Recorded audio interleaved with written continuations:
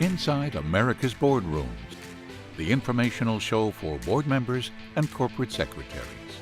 Brought to you with Knowledge Partners, Diligent, PwC, Center for Audit Quality, the Conference Board, and Corporate Board Member.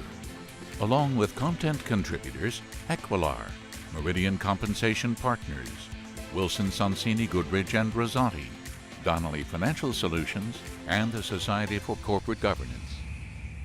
Welcome to this episode of Inside America's Boardrooms. I'm Doug Chia, the Executive Director of the Governance Center at the Conference Board, and your host for today. Standing in for the show's regular host, TK Kerstetter, who will be back next week. It's my pleasure to welcome you to this show, which is being filmed at the Conference Board studio in New York City. And today we'll be talking about a very important topic, and that topic is the recent statements by the institutional investor Rowe Price, their engagement policy, and their investment philosophy on shareholder activism. Joining me to talk about these statements is Bill Ultan, Managing Director of Corporate Governance at Morrow Sodali. So, Bill, thanks so much for joining us today. Thanks for having me, Doug. Rowe Price issued these statements, engagement policy and investment philosophy on shareholder activism. One thing that they emphasize in these statements is the role of their portfolio managers in making proxy voting decisions, which you and I know from experience is somewhat different than a lot of their larger peer investors and asset managers. Let me read a few quotes from these statements and get your reactions. Sure. For analysis. Engagement is conducted by our portfolio managers with the support of our industry-focused analysts and our in-house specialists in corporate governance and sustainability. So, how do you unpack that statement? Well, it's first of all, it's refreshing to have an institution emphasize the role of the portfolio managers, certainly among active managers. I've always appreciated Rowe's approach, and I guess we should clarify, even though we're obviously not speaking on behalf of the firm, that what they released was nothing new. It was really more codifying what their practice historically has been. And so I've always appreciated the fact that they've allowed and empowered their portfolio managers to vote as they see fit. And now they still, as you well know, have a very robust governance group led by Donna Anderson, who is incredibly knowledgeable and well-versed on the range of issues.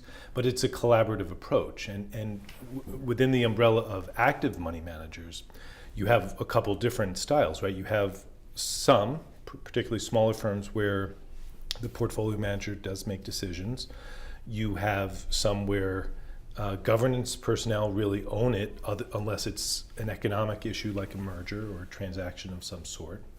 And then you have another category of ones where you have a governance person, you have a portfolio manager, but then you have sort of this amorphous quote-unquote committee that ultimately makes decisions, and it's not clear exactly from an issuer standpoint who's on that committee and how the decisions are made.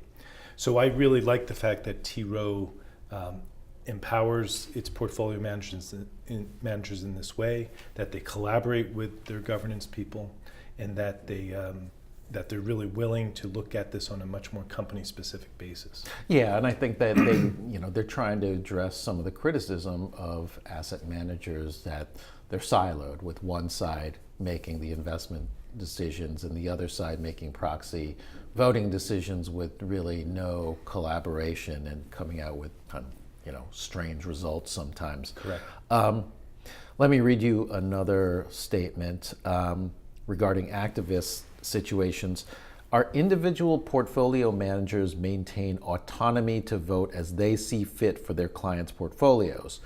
To the extent that the managers of multiple strategies own the same security but disagree about the issues before them in a proxy contest, they vote individually it is not uncommon for T. Rowe Price portfolios to cast different votes on proxy matters. So, this is something that confuses people in terms of how do they allow, different portfolio managers in the same firm to be voting, differently, especially when, proxy committee might be giving some kind of a recommendation. How do you look at that type of thing? So again, I appreciate that approach. It can make it challenging from an assessment of voting or from a predictive standpoint and a communication standpoint, but I far rather have that dynamic where portfolio managers are making thoughtful decisions, perhaps in disagreement with one another, but nevertheless thoughtful, rather than it being more policy-driven,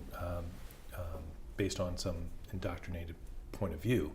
I agree with the observation that it's not unusual for T. Rowe Price and a few other institutions to have split voting, whether in contests or in just general voting matters. We've seen it on whether it's compensation-related matters, shareholder proposals, board issues.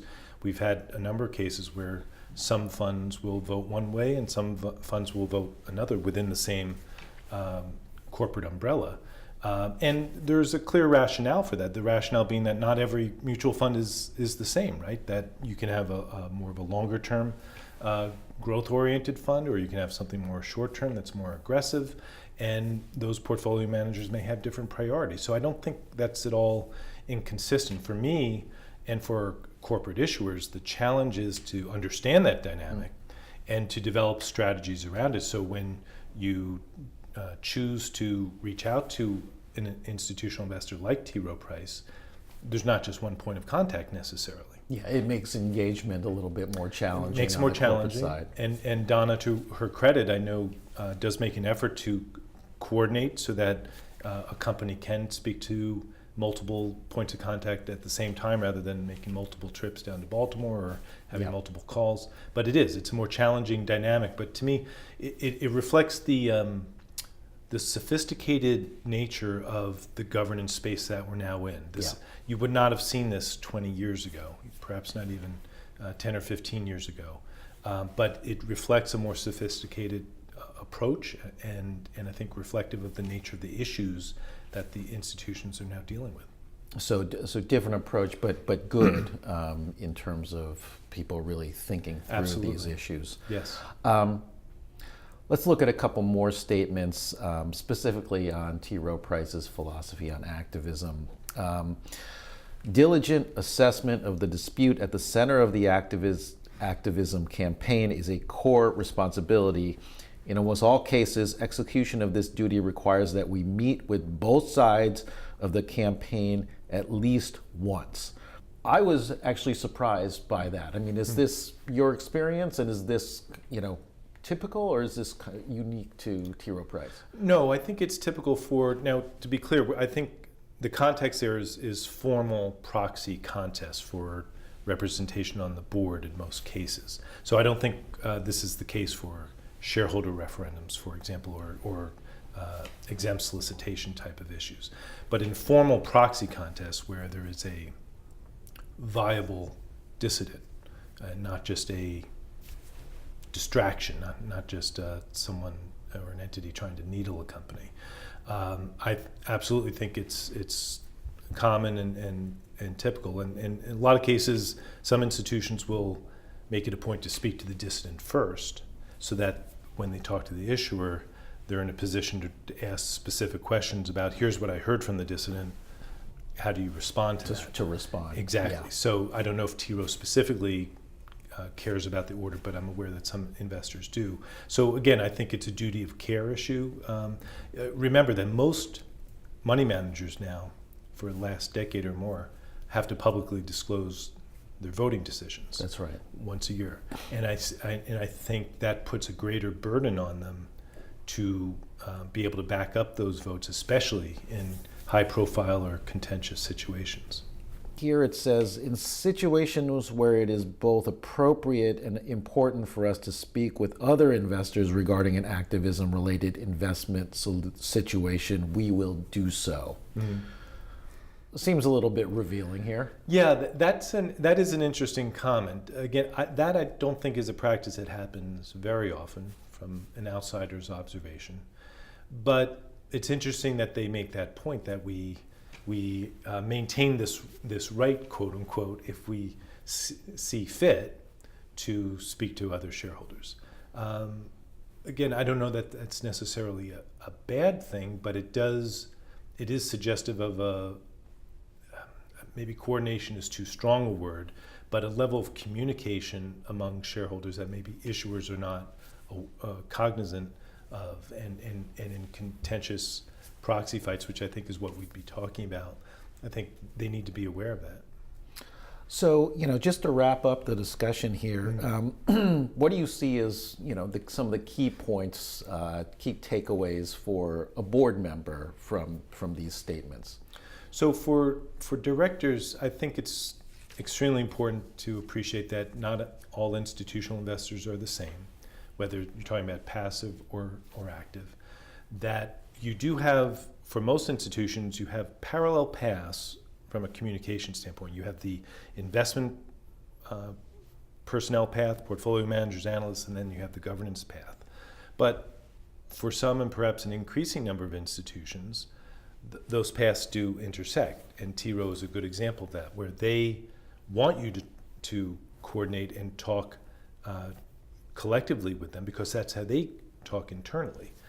It's definitely not true for many of their peer firms, but I think that's going to be changing. If you look at the nature of the issues that are being confronted in the governance space, it's not just generic bylaw charter type of issues where you can have a policy that applies to everyone, that we're getting much more into business-related matters, whether it's around environmental and social issues, whether it's around strategic long-term vision and strategy, and you cannot do that without really communicating effectively with both sides, and I think you'll see the institutions start to do that internally as well. Okay, well, Bill, thanks again for joining us today. And that'll conclude this episode of Inside America's Boardrooms. We hope you enjoyed the show. We'll be back next week here at the Conference Board Studio to help you be a better board member and committee member. Until then, thank you. Join us again next week for Inside America's Boardrooms. Brought to you with knowledge partners Diligent, PwC, Center for Audit Quality, the Conference Board, and corporate board member. Along with content contributors Equilar, Meridian Compensation Partners, Wilson Sonsini Goodrich and Rosati, Donnelly Financial Solutions, and the Society for Corporate Governance.